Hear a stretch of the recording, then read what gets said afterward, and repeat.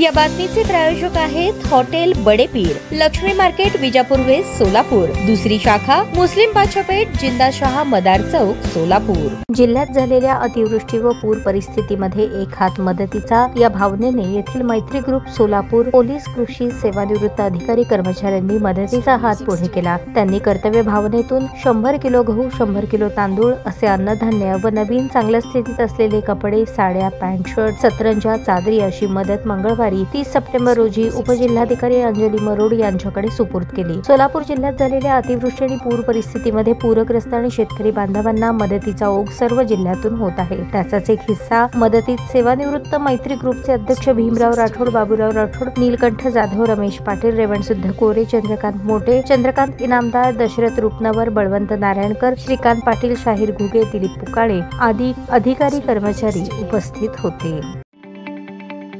ताज्या बातम्या पाहण्यासाठी प्राईम महाराष्ट्र न्यूज चॅनलला सबस्क्राईब करा।